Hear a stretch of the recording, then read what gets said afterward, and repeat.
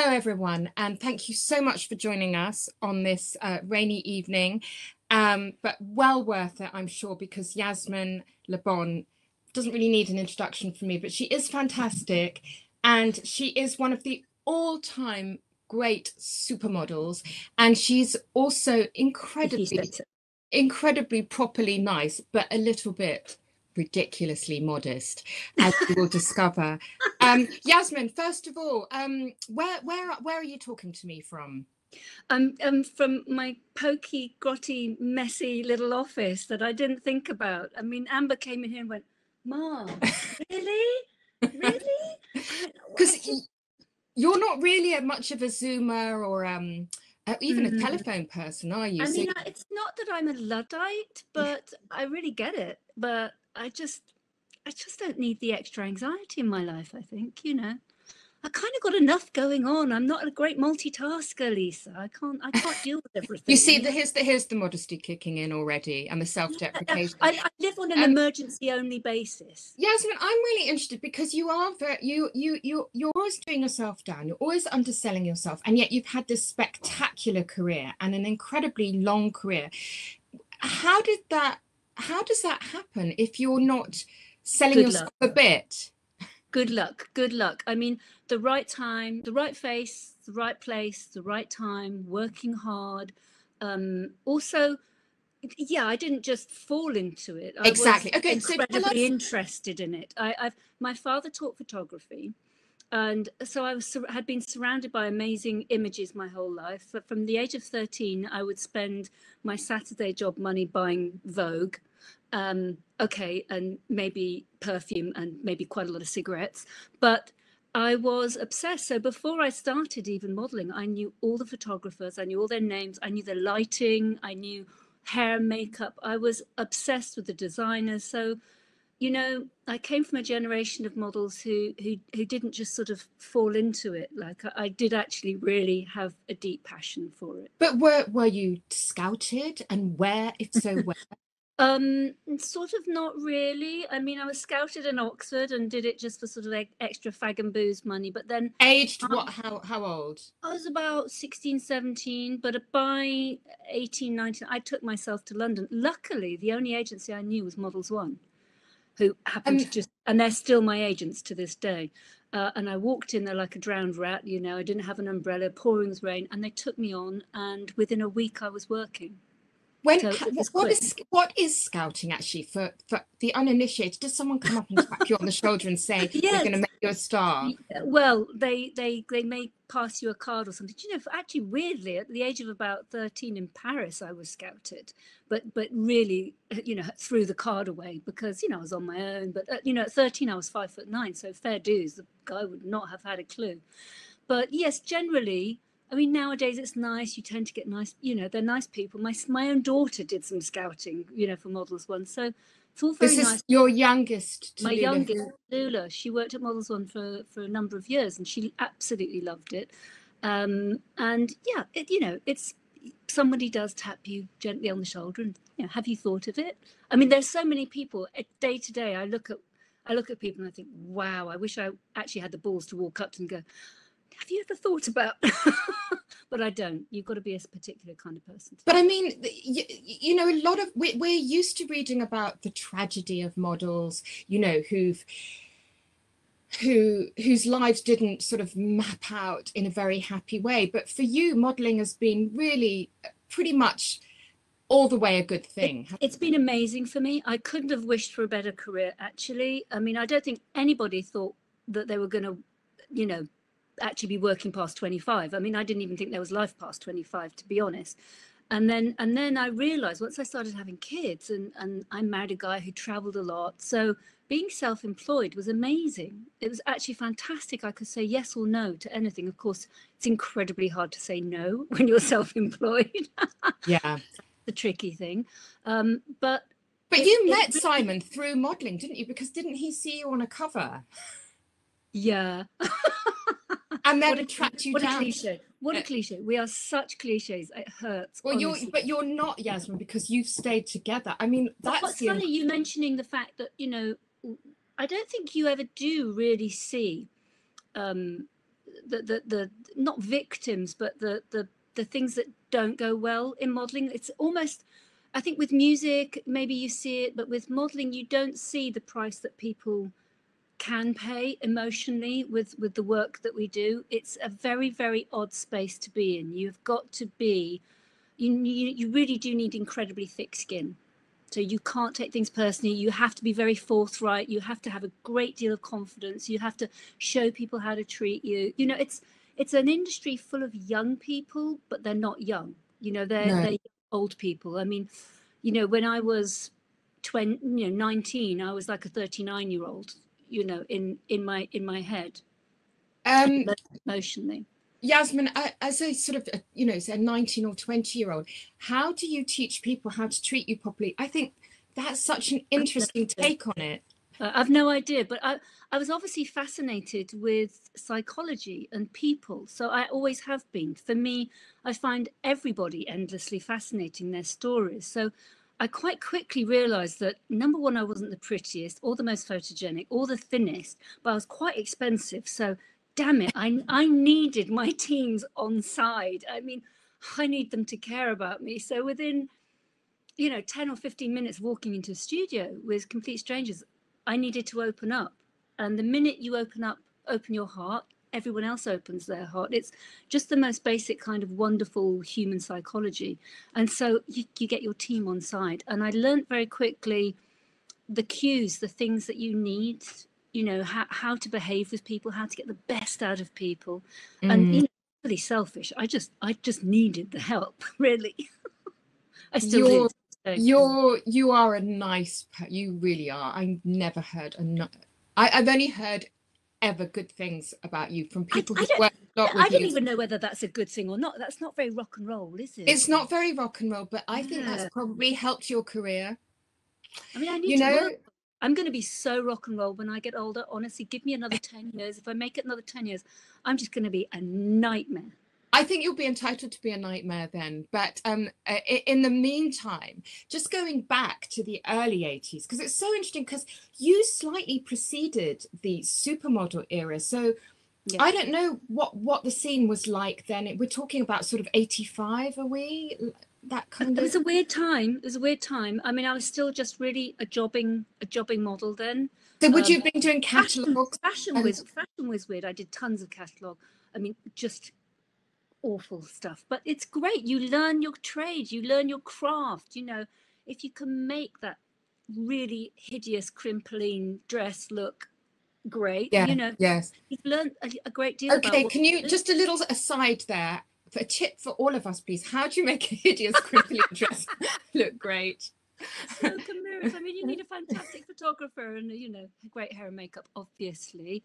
No, I just think actually clothes don't have to be expensive. We both know this. You know, some of my most brilliant pieces that I've had forever just came off the high street were or dirt cheap or from a vintage store. You know, then they're your favorite pieces that you never get rid of. The kind of summer dress that, you know, if my friends spend another holiday with me with that dress, they're gonna burn the dress. You know, it's like, not that dress again. I've seen it for 30 years. But you know, gosh, I've gone off totally off. Well, okay, look, I'm going to pick up on a question here from Mel Tolchard, because it was one that I had on my list anyway.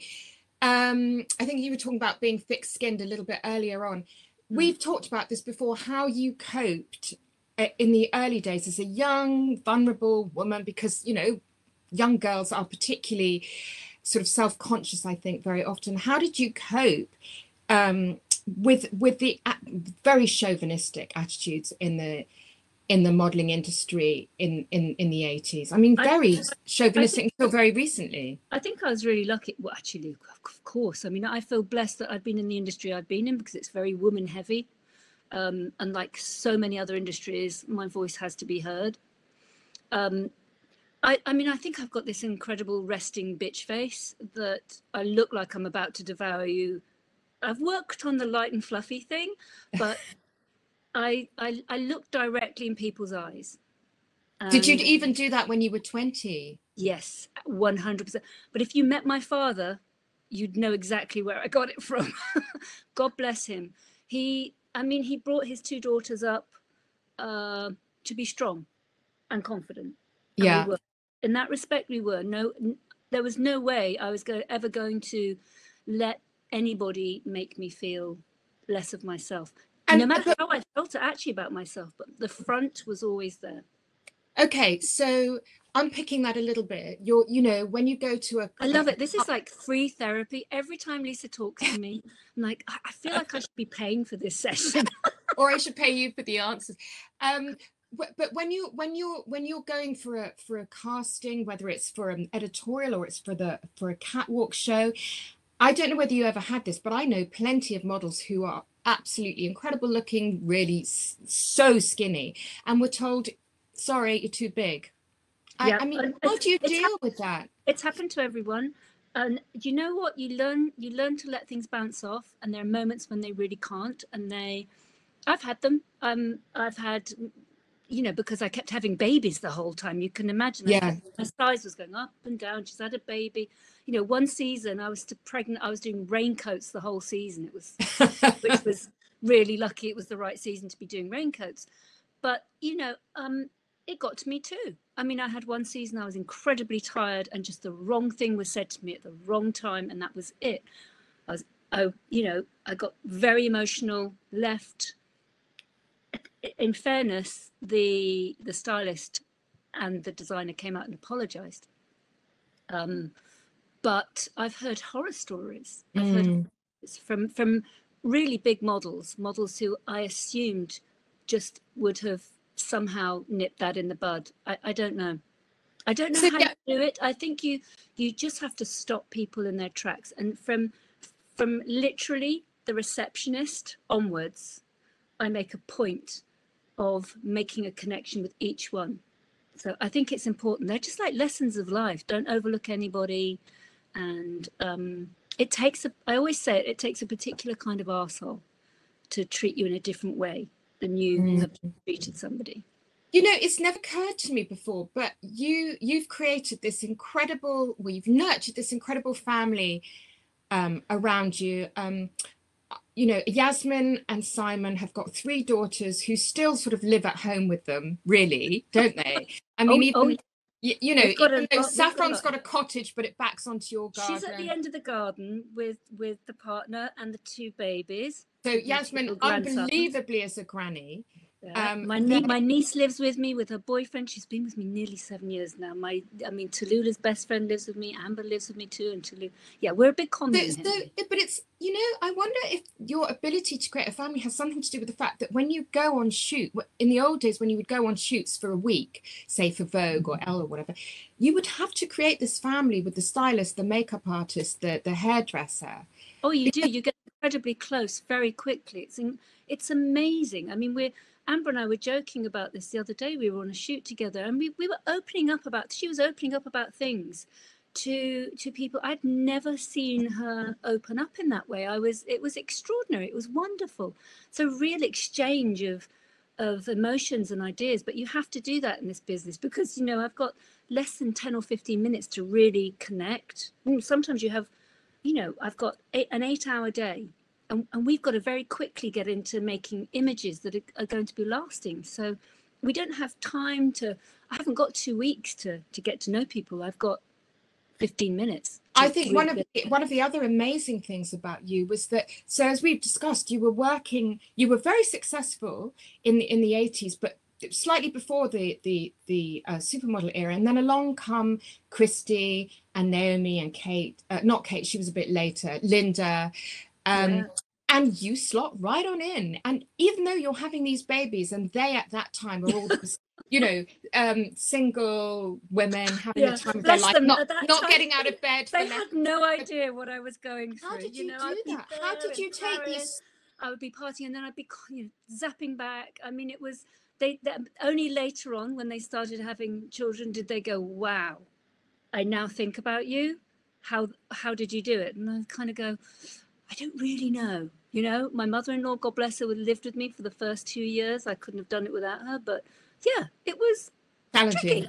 Yeah, it was challenging. I really don't know how. But wonderful to have them.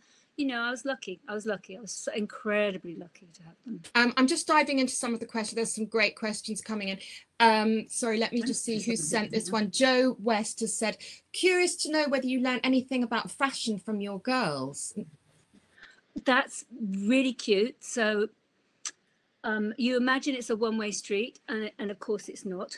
I mean, you know, of course I know everything, but I mean, I exchange style kind of things all the time.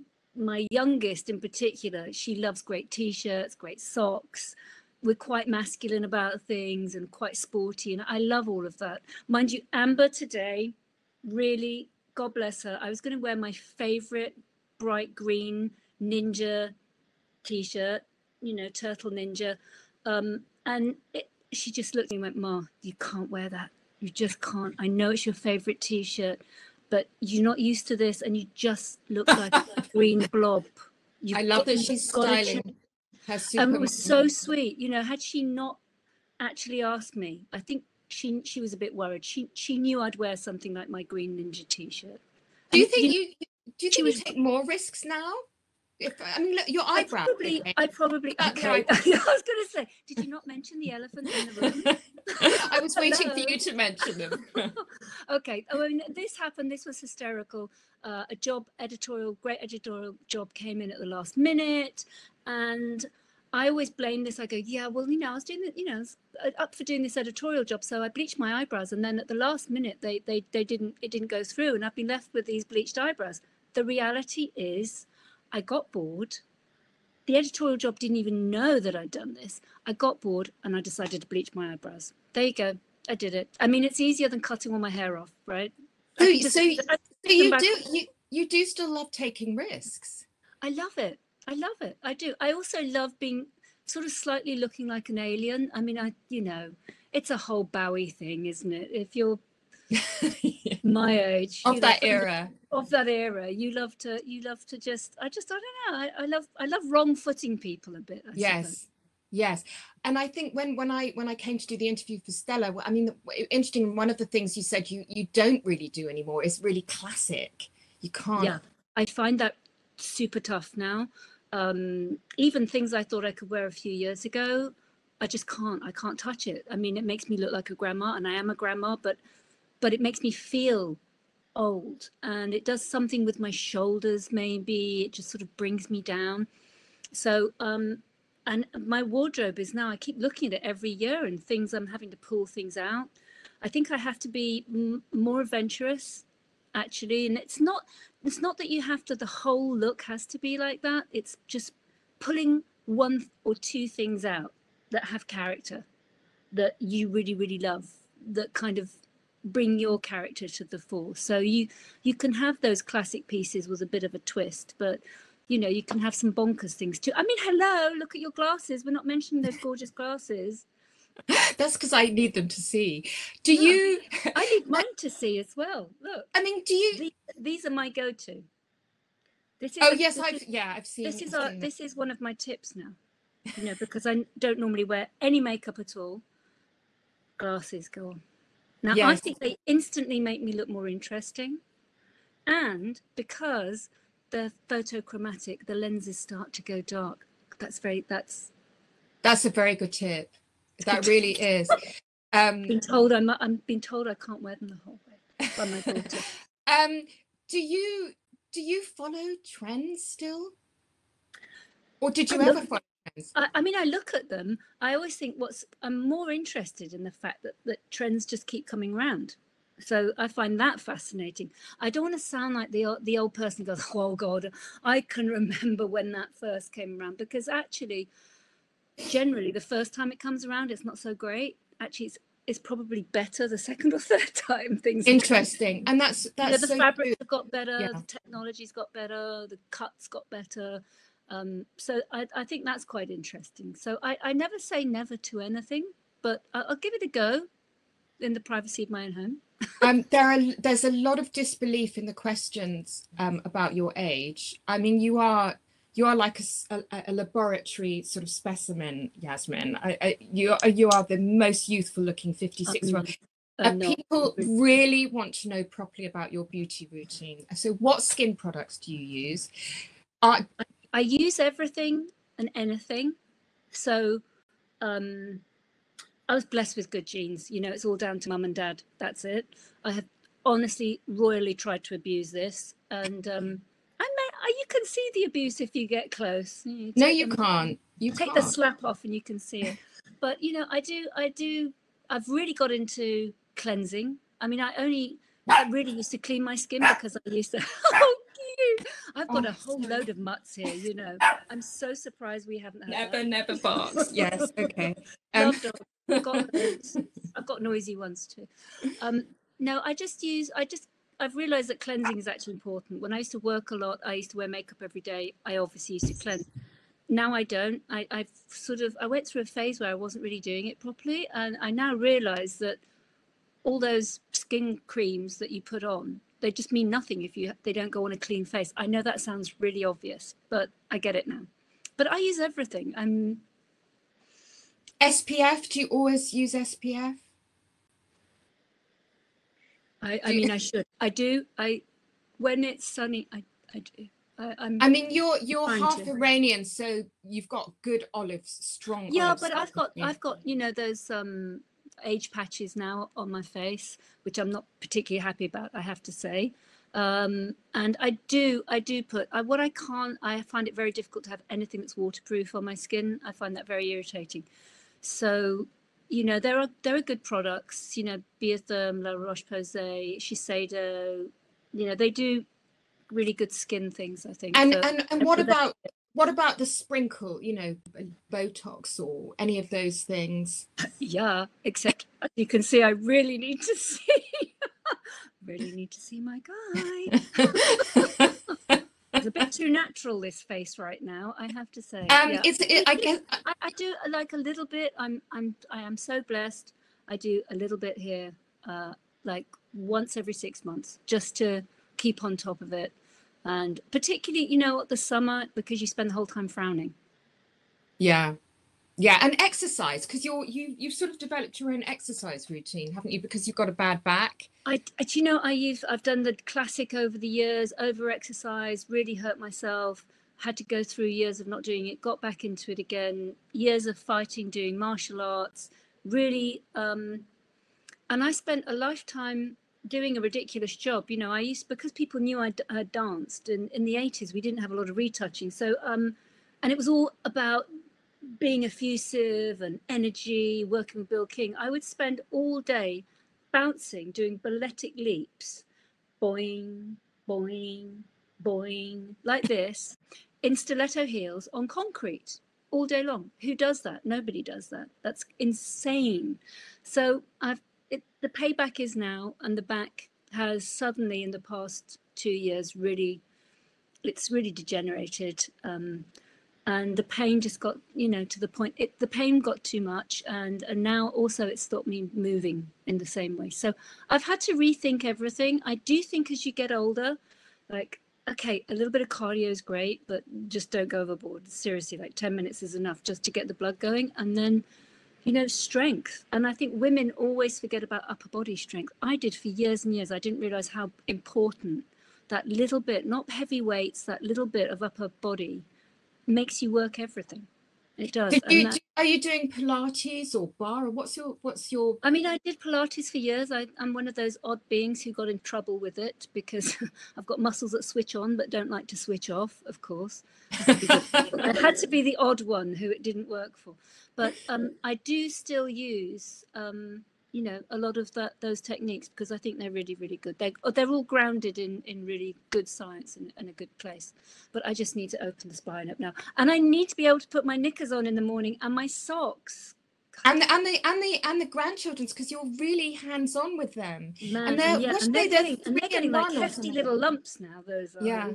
But you're quite a strict granny and a mummy, weren't you? Yeah. Oh, I was very. I mean, my nickname in the whole family was Dragon. You know. There's a question from Catherine Connolly saying, I met Yasmin in New York at Donna Karan, and she had a baby with her who slept through everything, probably 88, 89, Which baby was that? What a I trooper. had two of them, and it was actually, it was in the early 90s. I think. I mean, I can remember going to New York for a 2-day job for Donna, and it was mayhem in the studio. And I brought Amber and Saffron with me, but they were tiny. I mean, Saffron couldn't have been more, she wasn't even 2 years old. And they came along, we all came along with hand luggage and ended up staying in New York for 2 weeks with just hand luggage. They were amazing, those kids. I was really disciplined with them because I didn't have a nanny. There was no safety net. So if I said, stick to me like glue, they needed to stick to me like glue, but I could take them anywhere. They were amazing. They were better behaved than any adult I could have had. I mean, plus they got to play with the accessories if they were really good, which, I have to say, my girls have never, in later life, they will tell you they were so happy that I was like that I was tough. And it's hard to be tough. It's hard to be like that. To be honest, I couldn't manage it. Past about the age of 13, I was so exhausted. When Tallulah hit like 12 years old, I was exhausted. Then I just... Yasmin, is that sorry, the time is just running away, and there's a really good question here about how I'd love to know how Yasmin coped with depression and melancholy in an industry which is quite relentless. Did it first kick in when the girls were teenagers because you were exhausted, or? I mean, melancholy's always been there in my life. I wasn't frightened of it, and then with hormonal changes, it can become very, very scary. You can get into a very, very deep and dark place very quickly. I think every time you manage to pull yourself out of that, I don't know how, but somehow that gives you some kind of muscle memory deep inside, and that's what I hold on to. I have, a few years ago, I did reach out and ask for help and started taking antidepressants. They really helped me through a period. I'm really glad I did it. It was the first time I really asked for help. And I had some therapy as well, which was great. And I think you can use a combination of these things. I always want to be an optimist, although I'm melancholy and dark. Maybe that's why I'm so optimistic about the world and life. Maybe I'm over optimistic because of that, but I don't think that's a bad thing. Did you train yourself to be optimistic? Because it's like a muscle optimism, isn't it? Absolutely. I had to train myself because I knew I wasn't like that at all. And that doesn't mean that I'm not sort of respecting who I am. I understand that, but I think it's really important to see the beauty. Wake up and see the beauty. There's a question here from Kay Sands. What would you most like to be remembered for? Oh my goodness.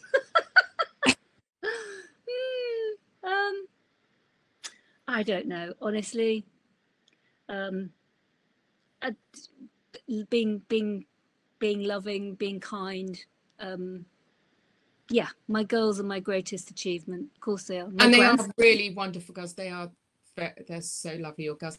There's another question here from Rachel Peru, which will probably be our last one. How do you feel about the lack of older women represented in the fashion industry? Well, that's really interesting because, I never stopped. I kind of like held on for dear life. I'm like, I'm bloody carrying on. I am, because there's nobody else. Now I feel like everybody's on the same page now. I was ticking all these boxes before, and now it's become really normal and really good. You're seeing women of all ages, all shapes, all sizes, all ethnicity, everything. That's how it should be. It is incredibly difficult for the fashion industry to do this, for designers to do it. It's not easy. We know technically it's very hard when you're creating samples, when you're doing shoots, but we can be better, and it is happening. And I do feel like I represent people my age. I mean, I'm 56. I'm literally... We need more. We need more representation. There's one other question I've got to sneak in because it's so good. It's from Sophie Wade. Secrets for knowing the one, as in when you met Simon. Because honestly, I think everybody at that time would have thought, that's not going to last. He fell in love with her on a magazine cover. He's a rock star. She's a model. And here you are. It's going to last. Honestly, have no idea. I know that's what's interesting is that actually we come from quite similar industries and lifestyles, so we never had to explain what we did for a living and how it was to be like that. And I think that's a really big thing. Also, the fact I went back to work, we were both traveling, we were always traveling to meet each other. There wasn't one of us who was sort of stuck at home waiting for the other. I think that can breed a lot of resentment. So, okay, we were kind of in competition for the first 15 years, I'll be honest with you. But you're both very funny. You're both very funny, and I think you make each other laugh. We do. Well, the laughter is the big thing. I mean, Simon is stark raving mad. I mean, he's completely bonkers. How I haven't pushed him down the stairs, I just don't know. Well, I know. Before you get arrested, I'd make a mess of it, and I'd end up having to bleed and look after him, wouldn't I? I'm sorry, I've got to end it. That's just flown past. Thank you so much. Thank you everyone for your questions. We could go on. We could go right through the Euros, but we're not allowed. We could go on and on and on and on, and up the England. Okay, let's do it. And the Scots, because okay. What's your question? Yes, it's just been lovely. Thank you for the lovely questions, and thank you, Yasmin. Thank you. My absolute pleasure. Thank you. Bye.